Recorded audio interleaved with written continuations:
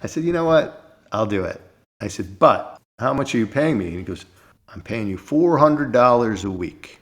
And I said, no, I'm going to need a little bit more than that. I said, I think I need more like $600 a week. And he turned me down. I said, you're going to take the 400 and be happy with it.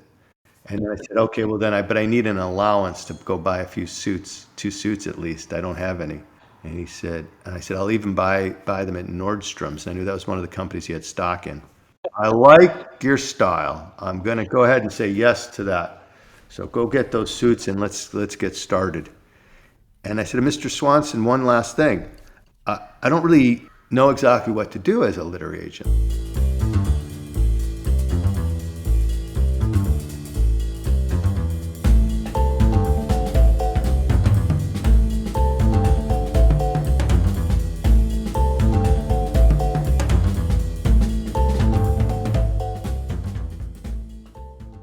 Welcome back to the Elmore Leonard podcast. My name is Judd Rubin. Today's guest is Michael Siegel. There are few people who worked with Elmore Leonard as closely as Michael.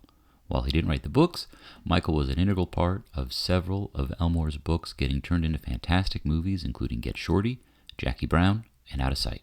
He joins us today to tell us how he got a start in the entertainment industry working for another legend, H.N. Swanson, and what it meant to work with Elmore for over 20 years. A quick technical note, you might hear the occasional email inbox chime. Michael joined us in the middle of a very busy day, so you might hear a few of those, but we hope they don't take you out of the conversation too much. With all that said, Michael, it is a thrill to have you here. Thank you so much for joining us on the podcast. We want to talk about Swanee. We're definitely going to talk about Elmore, but before we get into that, maybe you can tell us a little bit about yourself and where you grew up and how you first crossed paths with these two legends. Well, great. So my journey to meet up with both Swanee and Elmore Leonard was a little bit of a crooked path, but we got there eventually. I grew up in Chicago and then went out to Stanford for an undergraduate experience. And I found my way into the humanities, reading I bumped into the great books in high school and the big ideas of culture and civilization. And I thought, I'll just go down reading more of that stuff, get to travel abroad a little bit, and then probably go to law school to rationalize the expensive tuition, which at that time was maybe, $3,500 a year or something. But my parents were paying for it. They were, it was sort of a big reach, and I wanted to make good on it. And when I was dabbling and going to Italy in my sophomore year and stuff like that. And so I had read great books and was thinking too much at the end of and said, do I really want to be a lawyer? So I thought, not so much. Maybe I should journey down to Los Angeles and dare to pursue something that intrigued me was the world of film. I bumped into, the interest in movies and thought maybe there's a way to make a career in that industry. And I hadn't done any filmmaking yet. And Sorry, so you do graduate from Stanford? Yeah, graduated from Stanford. And what was the focus of the study? Well, it was, I called it humanities, but the actual degree was called Modern Thought and Literature. So your parents must have been thrilled. Well, they were thrilled because they thought I was going to law school. But at the end, I said, I don't want to go to law school. And I ended up doing a program I found senior year spring that was an education and teaching public high school program, which they still, were holding out that would just be on the way to law school or something. But I ended up getting a master's in education there and taught in the public high school in Palo Alto. And then Amazing. I moved down to LA as a public high school teacher in Los Angeles, continuing. Oh, wow. But my roommate was at the USC Film School, my best friend. And I had a chance I'd get to see up close what film school is like because he was, while I was teaching high school. And it interested me, and I was kind of helping him a little bit with his little short films. And I applied and got in.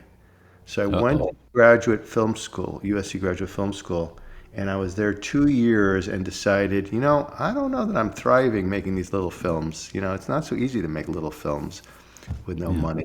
And I don't know that I'm really flourishing. I said, I'm going to take a year off, work in the movie industry I know so little about, and decide if I want to come back and finish my third year and get my MFA. All right. And so it was a week or two before the semester was going to begin, and I just needed a intro to somebody that can get me into a Hollywood job. And in a kind of random encounter with a friend of my uncle's who was an accountant. He said, I know this guy, you should meet. He's a really interesting guy. He's a literary agent, and he's Okay. ancient, but he's had a really interesting career. And I said, I don't know what literary agents do, but if you think it'd be interesting, I need just a place where they get the trades, where they get the Hollywood Reporter and the Daily Variety every day, and I could read them. Right. Start to get a little glimpse at what Hollywood is. And he said, this is a guy that can help you do that. And I got introduced to him, and I didn't know in the interview that I had been set up to be interviewing to get a job as his bookkeeper. I'm like, a bookkeeper? Yeah, and he was paying $7 an hour, and I'm like, oh my gosh, this is not necessarily what on the path.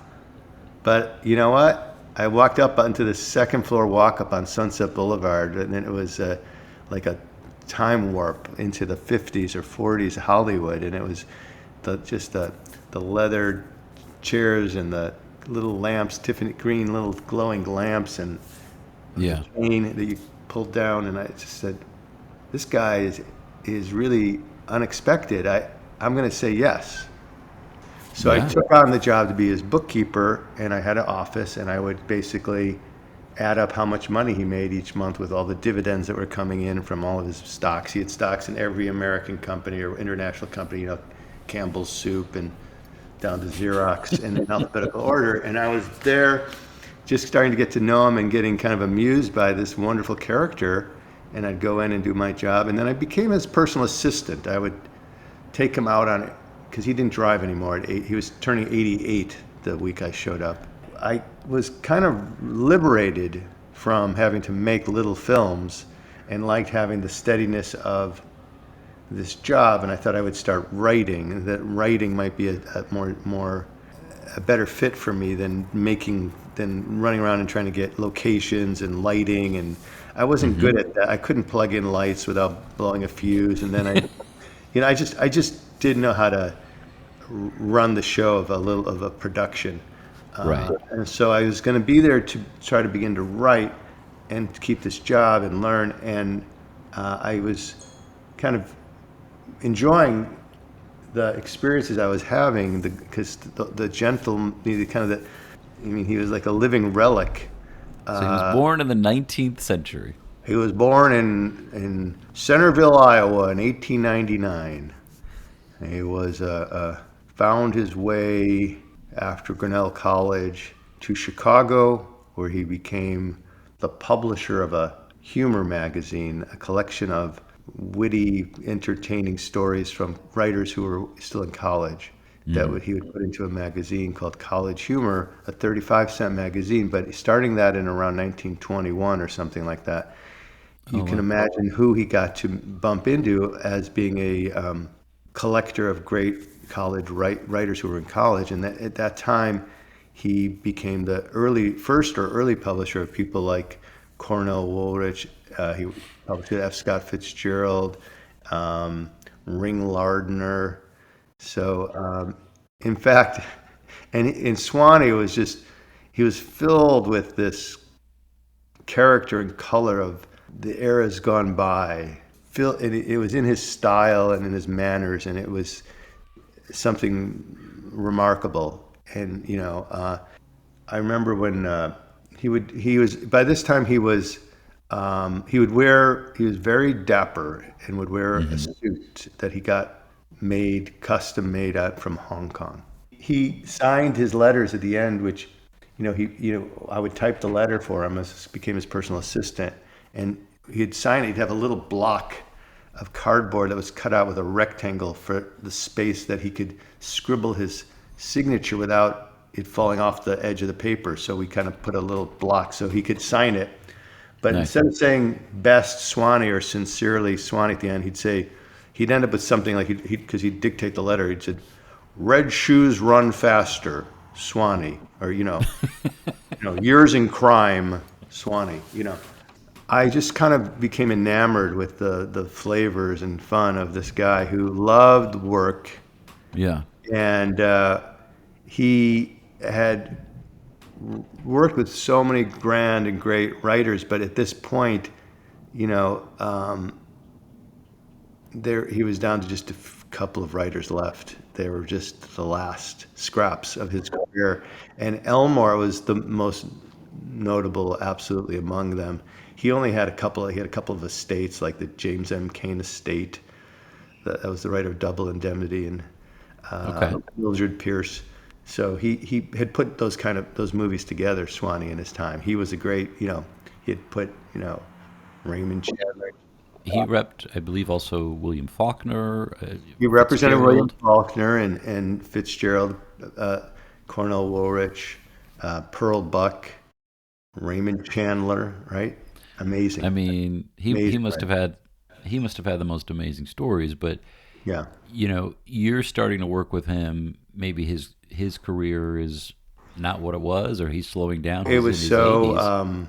depleted in terms of he had lost, he had outlived all of his clients, and the last few that were left mostly took off and found another agent at some point because he seemed to maybe too old for them or too remote because he had lost some of the same vigor and connections to but he maintained some great relationships, and he could still do a good job with taking on Elmore Leonard's new manuscript and sending it out into Hollywood. He would call up though the same familiar list each time, and it was a list that were notables. He would take out a piece of paper and we'd make the list. Okay, where are we going? And he'd go, okay, we're going to send one copy to Barry Diller, one copy to Sidney Pollock. We're going to send another copy. And he counted the copies because you had to make them at Kinko's and they cost money. And he was Oh yeah, incredibly, having, endured the Great Depression, he was left forever with a fear that maybe, there would be another assault on his wealth. And so sure, he never threw out even a pen cap. When the pen was right. done, and when he got a letter from someone inquiring, for seeing if they would represent him, I would be reading the mail to him, and he'd figure out very quickly it was just a query letter, and he'd say, "Throw out the letter, save the stamp, and throw out the letter." I go, "What stamp? Is there a self-addressed stamp envelope?" "Yeah." He goes, "Tear off that stamp and throw out the letter. Let's go on to the next piece of mail." And he had in his drawer a bunch of pen caps and stamps that I'd torn off that I'd have to tape to the next time we sent outgoing mail. But he loved the work, and when he had a Elmore Leonard manuscript, he continued his list. It had Sidney, it had Irwin Winkler, and he included Dick Berg and Scott Rudin. He knew a few of the newcomers, if you will, but it was kind of an illustrious list. And so I'd get the chance to make those submissions on his behalf, and then I would sometimes get the phone call back. I remember when I got the receptionist said, "Michael, you have Sidney Pollock on an airplane." I thought it was like one of my friends playing a joke because I was like new in Hollywood and had a job. Yeah. But it was Sidney Pollock on an airplane calling me back and saying, I read the book, but I don't think it's for me. But the pleasure of helping Swanee, manage his day included going out on his behalf to take him on his errands. And so I got through his view a just privileged glimpse of this last bit of old Hollywood, even like the barber shop he would go to, Drucker's Barber Shop in Beverly Hills was, the barber of, Humphrey Bogart or whatever. He was still there in his 80s, cutting hair. And I would take him to, errands to the bank. He had accounts in every bank because he was worried that the insurance on each bank only went up to, $100,000 or something. So he spread out money at every bank. City National was his favorite, but he had money in every bank, and I would go, and there'd be bond coupons. We'd go deposit, and he'd shuffle, into the elevator. He always had a little playful way of putting words together and dealing with people. We went out to chase him, so we had the last few meals. I was able to enjoy going to the last lunches and dinners he was able to pull off. There was just a few remaining that he could pull himself together for that.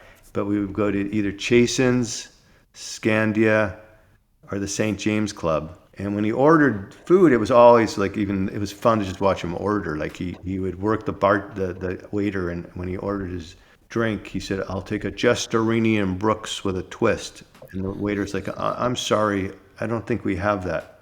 Testarini and Brooks, young man. You know, J&B. And he just would just always give a little extra play into testing people a little bit and not heading down the same path. So it became a very endearing quality of personality that you just wanted to enjoy his time with him, and it was fun. And he missed old Hollywood. He would sit in my office in the chair across from the desk on the other side of the room and just slump down and patiently listen to me do the phone call. I didn't invite him. He just walked in and just sat down while I was on my call. And after 15 minutes, I get off the call and he goes, "Was that business affairs you were talking to?" I said, "Yeah, it was." He goes, "You sound like you're setting a tennis date." He said, Who's upset with you right now?" I go, "What do you mean, Mr. Sun?" I go, "Who at the studios is upset with you?" I go, "I don't think anyone is upset with me." "Well, then you're not doing your job." He said, "You need to have one studio that doesn't let you on the lot for a while at least." And he goes, "You've got to show up." So it was that kind of playful character that, that's sort of, I found my way, and I bridged a little bit there, because there was this transition where I was his bookkeeper for Right. 3 or 4 months, looking to become a screenwriter and not getting too caught up in what he did in his work, but just enjoying the job and the fun of getting to see Hollywood through his eyes and his work. And then the office was him, a very old elderly agent who had been in his office for 30 years or something, named Ben Kamsler. Part of his success in staying around that long was, I don't think he asked for too much of a raise each year.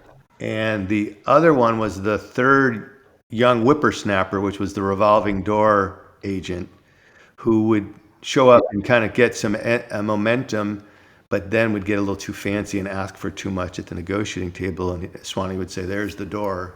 And then he goes, "I could always, reach down on the curb and pick somebody else up to give that opportunity to on the street." And he goes, "You're the latest one. I want to make you an offer to become," because the person who was there at the time, whose name was Bruce Kaufman, was doing a good job trying to sell scripts and things, and started to negotiate for his renewal and asked for a car allowance, and he wanted to get a Saab. And Swanee was like, asked how much the lease was and said, "You know what? I think we've had enough." And then he shuffled into my office and tried to offer me Bruce's job. And I'm like, "No, I don't want, that's Bruce's, knows what he's doing. I don't have an interest in being an agent." I said, I made a commitment, Mr. Swanson, when I was in high school, and I had been working in a shoe store on commission, and I didn't like what that did to you when you were motivated to sell, and even sell the wrong shoes to people that they didn't need Yeah. to make more money. I said, I promised myself I would never make a living on commission. And he looked at me with a twist in his head and said, "You'd be a fool not to take this job." And then he paused and goes, "You can always quit." And that's what got me to take the job. I said, "You know what? I'll do it." I said, "But I'm going to need, how much are you paying me?" And he goes, "I'm paying you $400 a week." All right. And I said, "No, I'm going to need a little bit more than that." I said, "I think I need more like $600 a week." And he turned me down. He said, "You're going to take the 400 and be happy with it." And then I said, "Okay, well then but I need an allowance to go buy a few suits, 2 suits at least. I don't have any." And he said, and I said, "I'll even buy them at Nordstrom's." And I knew that was one of the companies he had stock in. "I like your style. I'm going to go ahead and say yes to that. So go get those suits and let's get started." And I said, "Mr. Swanson, one last thing. I don't really know exactly what to do as a literary agent. Like, how do you begin?" One small question. Yeah. He said, Yeah. "There's the phone. You start calling people and tell them you work for H.N. Swanson." And I go, wow, that's quite a guidance to a profession I know nothing about. But okay, so I found, after a week of sitting at my desk and wondering what to do, I spoke with a friend of mine who was working in a production company. He said, no, let's have breakfast. I'll tell you, it's easy. You get this creative directory. It has all the companies in alphabetical order, starting at A&M and Castle Rock and, on and on, Amblin Entertainment. And it'll say who works there. It'll have a phone number. Go to the bottom of the directory, like the lowest person, the director of development or whatever it is, not the president of the company, and call them up and tell them you want to take them to breakfast or drinks.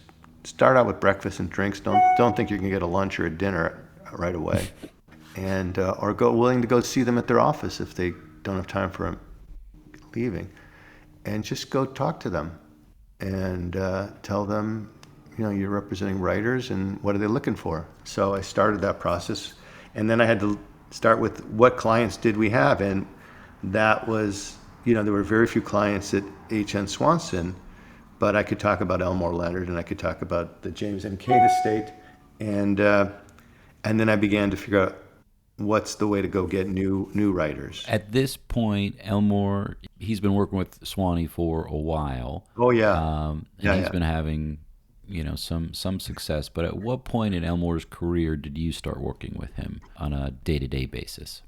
Well, by this point, Elmore had had decades of success, multiple decades of success. He really started writing Western stories in the 50s and found a way to sell many of them to Hollywood to be turned into Western films with great actors that were populating the genre.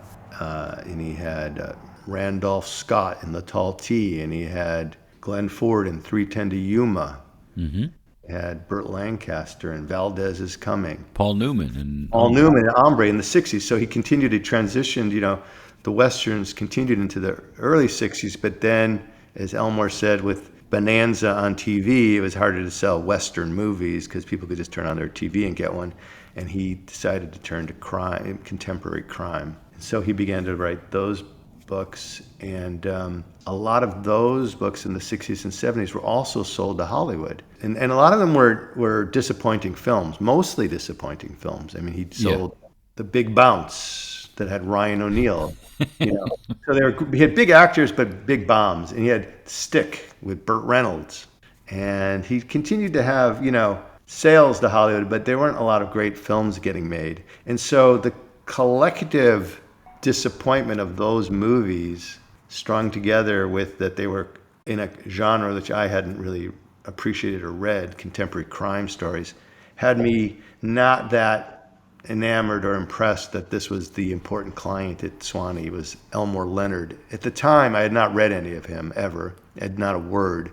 Interesting. And there was a billboard of his most recent film up on Sunset Boulevard, which was 52 Pickup with Anne Margaret and Roy Scheider.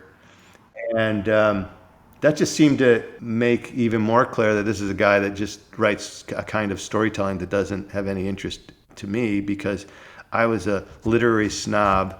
I had read very little fiction written after World War II, and the stuff I read was like Milan Kundera, The Unbearable Lightness of Being, or Marquez.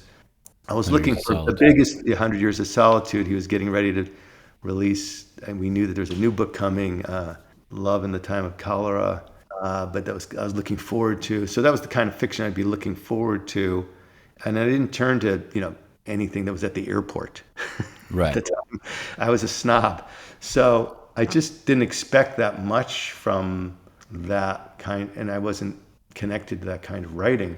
But I felt obligated now that I was there to take a look at something. And the first thing I took a look at was Glitz. Yeah. It's at Miami and Puerto Rico. It was more fun to read than I was expecting, and there was some playful tension with the bad guy and the encounter, and I didn't fall head over heels like, oh my God, this is an amazing writer. But it did push me a little bit in the initial first reading that, there's some pleasure in reading this. But then what stopped me in my tracks was, I think it was Esquire magazine, and right at that time had a piece on who writers like to read. And they talked to people like John Updike, Joyce Carol Oates, Martin Amis, Saul Bellow. And the writer at the epicenter, the one that the most agreed upon favorite writer of those kind of authors was Elmore Leonard. I thought, what? How did Elmore Leonard get there? These guys are the masters, John Updike and like no, and they were, and like Martin Amis said, he writes eminently rereadable fiction, which was something he was never able to accomplish. And they remarked on his style and his ear and how he could tell a story largely with brevity and compression and keep you intrigued and give the characters the weight of taking you into the story. That humbled me. I said, "Wait, Michael, don't think you've got a handle on this guy." They're, and I remember Joyce Carol Oates, who had never met Elmore Leonard up at that point, dedicated one of her books to him with some Latin inscription, like from, I don't know if it was from Ezra Pound or T.S. Eliot or something that said something like, it was in Latin, but it said like the master craftsman, to the master craftsman. So they just thought they admired him as a great American original writer in the tradition of, Hemingway, and that he had brought something to a way to appreciate using the words in arranging them that has a particular style that they could learn from, that they could enjoy and learn from. So I started to raise my view of him based on that, and then found a way to really enjoy the next book I read at a different level. And I think that was probably Kill Shot in manuscript form, getting written for the first, delivered to Elmore in installments. Elmore would deliver the first third to Swanee by mail, as a way to get him a feeling of what the new book was kind of coming to be. So what was their dynamic like? At this point, Elmore has had a lot of success. Is Swanee suggesting to him, hey, how about a story about a couple of assassins, like in Kill Shot? Or is it just, nope, this is what Elmore's doing, and Swanee, it is your job, and now it's your job, Michael, to go get it set up somewhere? More the latter. It was primarily respecting Elmore's self-sufficiency as a creator. Though Swanee had a little bit the audacity to sometimes occasionally make a suggestion. He could come up with hey, this might be a fun idea for a book. But normally he would get out of the way and respect Elmore's ability to generate his own work, and that his job was to sell it. Right. And to not intrude, and to not let others intrude. In fact, the first time I got to meet Elmore was after a couple of weeks after we had received the first third of the new book, which was Kill Shot. All right. So I had gotten to read it, and I liked the pages. It was, maybe 100 manuscript pages. Swanee said, Elmore Leonard is coming to town, and he's going to be coming up to the office, and I'd like you to join the meeting, but if he asks you what you think of the book, don't make any editorial comments. Do not make any suggestions on what he should be doing or not doing, and don't critique it. Just tell him, yes, you had a chance to read it and that they're really wonderful. Okay. So I joined the meeting with no agenda. It's the first time I got to meet Elmore. And he turned to me and asked me if I had a chance to read the pages that were sent of his new book. And he said, what did you think? And I hadn't intended to betray the mission that Swanee sent me on, but I somehow blurted out, I thought they were wonderful, but. And Swanee's like, but.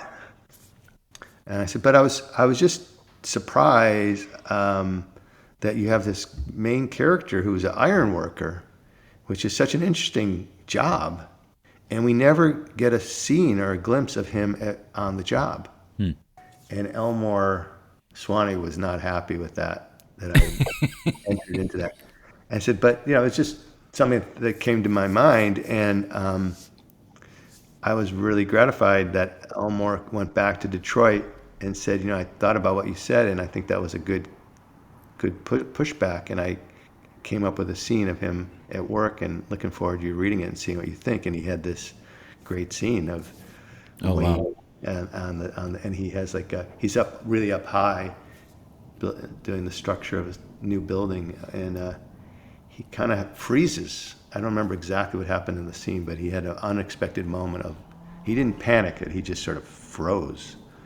Yeah. And it was like a cool, and it got you up there in his job, and it captured something and so that was flattering but normally, not only would Swanee not get into the editors and publishers barely did. He would Right. turn in the whole book, and the editor would maybe say, "I thought it ended a little quick. Can you come up with a little more in just to land it?" And then Elmore would spend an afternoon or 2 hours writing two more paragraphs, and then that'd be it. That'd be the only comment the editor made on the whole book. Yeah. Or there might be a discussion about a title once in a while. That was it.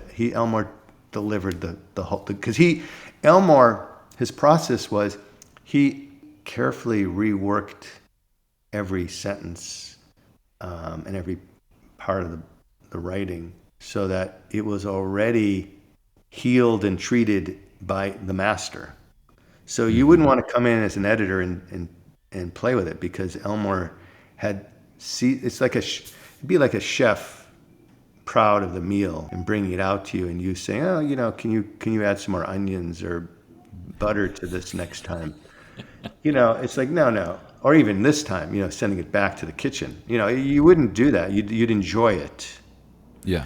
And that was kind of the experienced editors realized it's receiving it, and then figure out also how to publish it and where to market it, but not really to ask him to fix it, because it wasn't broken. Right. Elmore did his own discovery. He didn't write with an outline, but he was like a jazz musician. He took it where it felt like it should go. That was his art, and that was his pleasure. He loved the creation of the book, and when he was done, he was ready to maybe think about what comes next. It usually would come to him at the very end, like, I already have an idea for what's coming next. And he was on a pace. Elmore kind of was on a regular pace of delivering one new book every 12 months. Basically, it would take about 6 months to actually write it, 6 to 8 Yeah. months to write it. He would maybe take a little time to research. Once he had an idea, he'd take some research time, sending his researcher, Greg Sutter, off somewhere to say, "Hey, let's look into bail bondsmen or do some research I'm thinking about." So he'd take then he'd travel a little bit, and then he'd get started. Another thing that connected me to Swanee and Elmore was the next book was Freaky Deaky, which we could talk about another time, but that had a very interesting path years before you bumped into it. I did join that party, but towards the end. There was a first part of the story that was wonderful. Well, Elmore then delivered the new book that was Freaky Deaky, and I sent it out at that point. I'm in Elmore's agent along with Swanee, so we together figured out. But I was kind of doing more and more of the thinking of where to send it out. I don't recall how it happened that it found its way. I probably didn't succeed in selling it, and maybe it was already a published book by the time the connection to Hollywood happened. I don't know how I would have gotten to the individual who wanted to option it, which was Richard Brooks. Richard Brooks, the amazing writer director who he did Asphalt Jungle and Cat on a Hot Tin Roof and Elmer Gantry, and he worked with John Huston and wrote amazing. He wrote for Humphrey Bogart, and he was just a tough as nails guy. He was, by this point, maybe 80 years old, and he called and said, "Is Freaky Deaky, are the rights still open?" And I said, "They are." And so he said, "I'd like to option it." And we worked out a deal. And Swanee was thrilled that Elmore had put this book in the hands of Richard Brooks, and suggested that we would ask Richard Brooks to have a dinner, not with Swanee, not with Elmore, because Elmore was in Detroit, but with Swanee, Richard Brooks, and with me, taking Richard Brooks to dinner to sort of enjoy this start to this project. It was a thrill, and so Richard Brooks called me and said, when I gave him the location and the time, that it was the St. James Club, that he got worried it sounded too fancy for him, and he said, "Do I got to wear a fucking tie?" And I said, "I don't think so." And the three of us got together, and it was one of those last Hollywood meals that Swanee would be able to make it to, because he started to have a little failing health and some strokes that interrupted his ability to just sort of be successful going out and into public.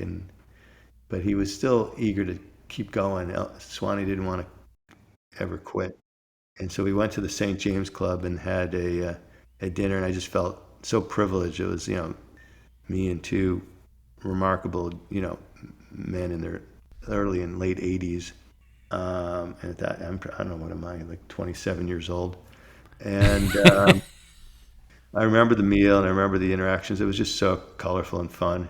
And watching Swanee, hold court in his place where he knew well. But Richard Brooks was going to work on it, but then called one day really, and was just really upset that he said, "I can't do the movie." And I said, "Why?" He said, "They stole the best opening scene," which was so much of the fun of getting this movie made, which is what was that Mel Gibson buddy cop? Lethal Weapon 2. Lethal Weapon 2, and they had the opening of the guy sitting on the toilet seat with a bomb. Yeah, Danny Glover. Yeah. Yeah, and that was ripped off, he thought, from Freaky Deaky. Completely. So Richard Brooks was just so bummed out that felt that just... Was there a deal at that point, or did he back? Well, he was writing a script. So he had already optioned it. He had optioned it from Elmore. So the option played out with no progress. And then he just let it go. It was, oh wow, But it was part of this glory of the reach that I saw that these books could have. That they got to touch these great, grand filmmakers, and it kind of got me excited about the idea of the book to movie career. So when I took the job, I thought I was just taking a job for like a year or two, and that I would just do it as a kind of lark. But I started to really see the pleasure of this, and went to New York and started to meet the literary agents there, and mentioned Swanee, and many still remembered him with affection and sent me a new book to read, and I began to build my own group of writers that I started to represent.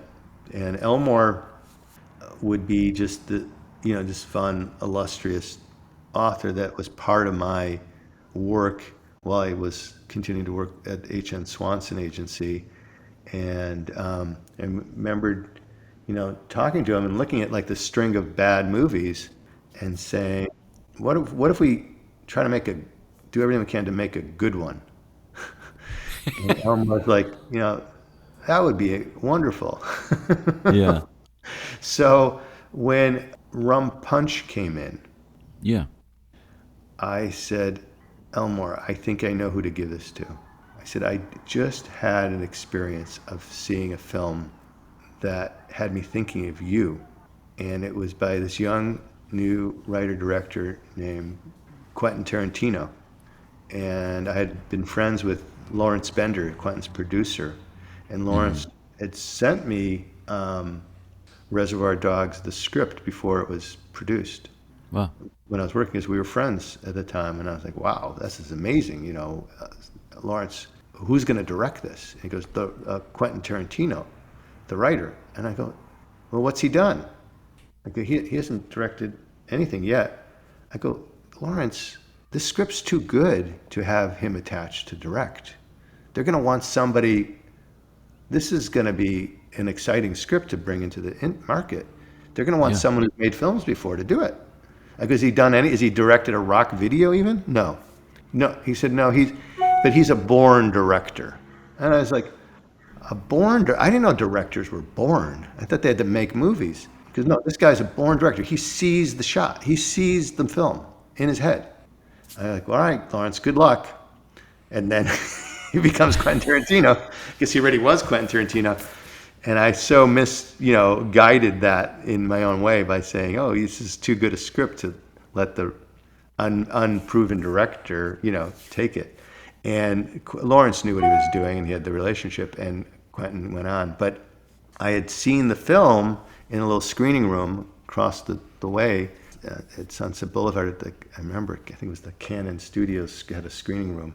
Thought when I saw them talking at the table, and the bad guys that were colorful and full of tension and interest, and just making the dialogue of sitting around and having food at a diner exciting. I said, this guy is like an amazing candidate for doing Elmore Leonard. I said, I'm going to send the manuscript of Rum Punch to Lawrence Bender to give to Quentin Tarantino. I thought, I really have a good feeling about this. So I send him. I didn't even call him. I just sent the manuscript, the galley. I had one galley, and I sent it to Lawrence Bender with a buck slip. I think we had my name in it, and it just, or no, he sent it back with his buck slip, Lawrence Bender, and saying, no thanks. Quentin writes his own stuff.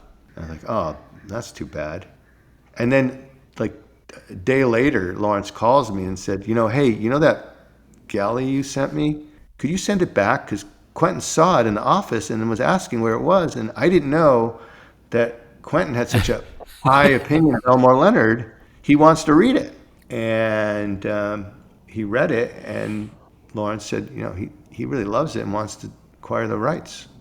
Oh my God! And I thought, oh my God, this is like crazy that Elmore, who was sort of, the perception was that he had sort of had his best years behind him, was meeting up with such a exciting new, force in Hollywood. I thought this is a great moment. And Quentin acquired the rights and disappeared for a while, and we were wondering. And then after quite a while, I get the call that he wanted to talk to Elmore. Can I give Quentin's office Elmore's phone number? And Quentin called Elmore and said he had finished the script. Could he send it to him? And he said, send it over. And they had that follow-up call when Quentin wanted to hear. He was a little concerned. He said to Elmore, Elmore had said, I wondered where you went. And Quentin said, I'm a little nervous that you're going to be disappointed, if not angry, with what I've done with your book. And he said, why? Because you changed the title from Rum Punch to Jackie Brown. You changed the race of the main character from Caucasian to African American. You changed the location from Florida, Miami to Los Angeles. I go, you thought, is that why you thought I might? He goes, yeah, I thought you might, maybe you're not so happy. He goes, I love it. I think this is amazing. And so Elmore was just floored by how good the script was. Yeah. And then we were on our way that Quentin found a way to go make this his third film. It became the Reservoir Dogs, then Pulp Fiction, and then Jackie Brown. So to be in that lineup, though, of meeting up with Quentin, that was the beginning of a great run of books to film that Elmore started to have. Wasn't there a handful of books that were optioned for Quentin? That's right. The way that, so at the time, Quentin's relationship was with Miramax. Yeah. And Miramax had done Pulp Fiction. And they were involved, I think, halfway involved with Reservoir Dogs. I think that's right. So when they got this idea, Elmore, when Quentin had read Jackie Brown, I found a way to also introduce to Lawrence other books that were available that might be interesting to Lawrence and to the relationship at Miramax, hopefully with Quentin on board in some capacity. And they ended up doing something I'd never done before, which is, I think they optioned 3 books. I think it was 3. Included Kill Shot, Rum Punch. I had heard Freaky Deaky was part of that. That's what came to my mind. And maybe it was Freaky. I was thinking. So well, you would know. Yeah, I'll look at the. Anyway, they had bundled a few, but we had it where that if they didn't make them, they would roll back to Elmore, and we didn't know at the time which one. It seemed like Quentin might actually do Kill Shot. But so we didn't know which one he was going to pick. He had like this cookie jar where he could sort of reach in and see which one tickled his fancy and Yeah. delighted him most. And so he wasn't sure at the time we made the deal which one he might do as a filmmaker. And it ended up being Rum Punch. So we didn't know. So it was a deal. I never made a deal like that, but I think I wanted to throw as many things in front of him, hoping he would, stumble onto one of them, because I Yeah. thought just one hit would be. Prior to that, we had optioned Get Shorty to Jersey Films, Yeah. and that was in development, a terrific script written by Scott Frank, but they couldn't get an actor on board to play the part, and they had tried everybody, and of Chili Palmer, and then we got this call that, hold on, we have our Chili Palmer, because Elmore thought it could be Robert De Niro, could it be Ray Liotta, and they said it's going to be John Travolta. And when Elmore said, "You mean the guy from Look Who's Talking Too?" And they said, "You know what? Hang on, he's coming out in this new film, Pulp Fiction, and the word is he's back and he's great." And Elmore's like, "Well, I'm open to it, sure, if that's who." And looking back, the word was that Travolta, when he was given it, turned it down, and it was Quentin who talked him into taking it. That Quentin said, no, this is one you want to say yes to.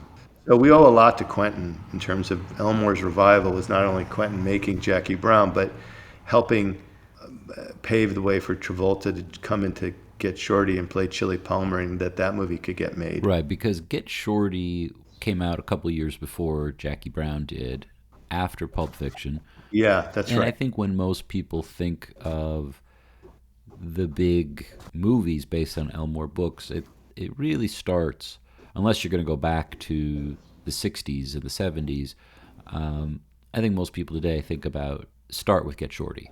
And then you have Jackie Brown and Out of Sight and 310 to Yuma and all of those. And I was able to be involved with all of those, and I think that was the string of my work was that string of films. And the goal, I said, Elmore, let's see if we could try to make one good one. The first good one that we got to see made was Right. Get Shorty. Get Shorty had its own interesting path, an unexpected and unlikely path. It was like I probably made 100 submissions of the manuscript and couldn't sell it. I got really close where I had a top producer named Mark Rosenberg was attached, and he got Neil Jordan attached, the director wow. of Mona Lisa. And I thought, oh, this is gonna. And Mark Rosenberg said, I can't get the studios to buy it. It's too inside Hollywood. They don't believe that people in St. Louis and Peoria would be that interested in stories about the Right. making of a movie. And so it didn't get made. And then Danny DeVito was on a cruise ship, I think, when he bumped into a airport and found the paperback version of Get Shorty, which tells you how far usually a movie deal is sold before the book's published in Right. hardcover form, let alone waiting till it had not been sold. And he bumped into the book and shared it with Barry Sonnenfeld. They had worked together. Barry had been his cameraman on Throw Mama from the Train, and they talked about wanting to do Get Shorty together. And Barry called and said he wanted to option it, and that Danny DeVito was going to be Chili Palmer. And I talked to Elmore. I go, Elmore, what do we do? I love Danny DeVito, but I can't believe he's Chili Palmer. He's not the tough guy from Miami we wanted Ray Liotta, Robert De Niro. It's a whole different persona than Danny Yeah. DeVito. A little bit. And we said, what do we do? And he almost like, Michael, what do you think? I said, I think Danny DeVito playing Chili Palmer is such a bad idea that they will figure that out on their own when they develop this project. We should let them develop it, let Barry on board to direct, and let's hope that they figure out that there's another way to go in casting this, and let's take the risk. So it kind of worked out. A lot of people don't know this, but Danny DeVito was also the first choice to play the lead in Saturday Night Fever. So Wow. Well, Danny can do He could have, and Barry said, defended Danny. He said, you don't. If you really know this guy, man, if he got inside this character, it would be great. You'd be surprised. And who knows what it would have been, but it didn't feel right, and it didn't feel like it would lead to glory. So the first film that we were all proud of that working together was Get Shorty. Elmore came to the Man Chinese Theater for the premiere.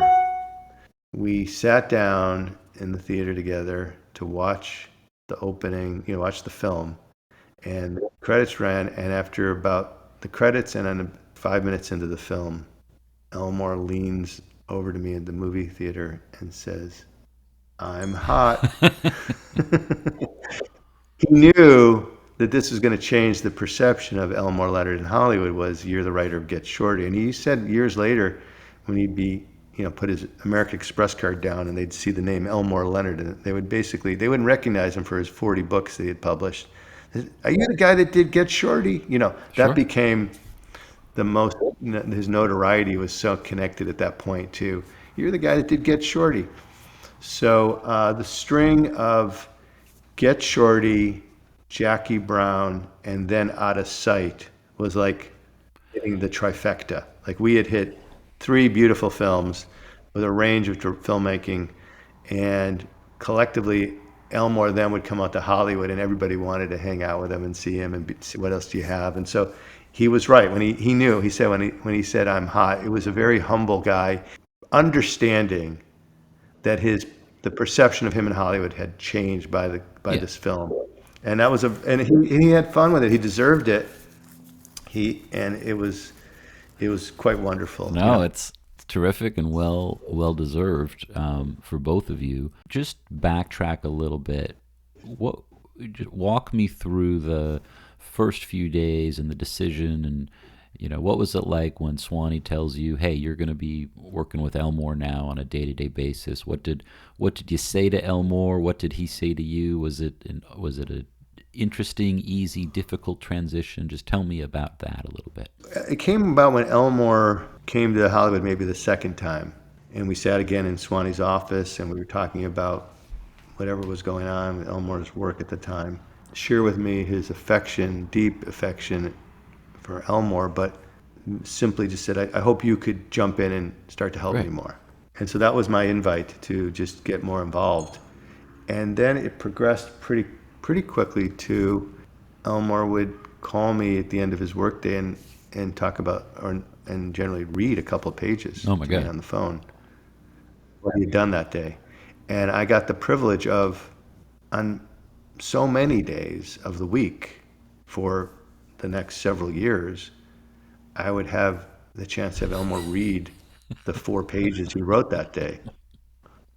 And I just get to listen to, what was the progress of things. And I started to have the great pleasure of just enjoying Elmore, who was having so much fun being Elmore. I used to say that that's the thing, that it wasn't that I wanted to be Elmore Leonard when I grew up. I said I want to be as good at being Michael Siegel as Elmore Leonard is at being Elmore Leonard. I can't recall someone who was just so enjoying being him. He liked being Elmore Leonard. He was at peace. He had found he was doing exactly what he wanted to do. He had an ease to saying yes to what he wanted to say yes to throughout the day, saying no to whatever he wanted to say no to, but in a very gracious way. He had the battles he might have had, like with alcohol or anything else, or marriages that weren't quite working, were behind him. He had I think it was his 3rd wife, Joan, who he adored, and they had an ease to their marriage, a great ease. He loved his kids. He loved getting up and doing his work, and he found the pleasures, and he was very much enjoying where he had gotten to and how much fun it was to have another day. And he went at it, and he loved the work. And then he was tickled by Hollywood was paying more attention to him, and it was going perfectly. I never saw him get angry or grumpy once. He didn't get grumpy. And he said what he needed to say. And just like he says, I like to leave out the parts that people like to skip. He had boiled that down in his own life. He had it down. And he could feel that, and he had fun. He had a little fun with everything he could have fun with. Like rather than having the anxiousness. A lot of writers like call you, why aren't they're not buying it. They're not paying me enough. Whatever is going through their angst, you feel it. Elmore didn't present any of that. Right.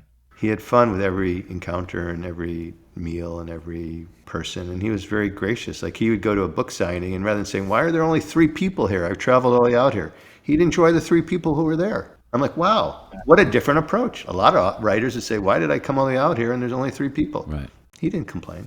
He had, he just enjoyed the people that were there. It was Zen. He didn't call it that, but it was so beautiful. He was such a big presence in my finding my footing as an adult, and I'm grateful to him. And we had a lot of fun. There's more stories to the connections. Well, we would absolutely love to have you back so we can hear them. Michael, thanks so much for joining us and sharing a little bit of what it was like working with not just Elmore, but Swanee. That was fun. And thanks to everybody listening to the Elmore Leonard podcast. We will be with you again very soon. Until then, take it easy.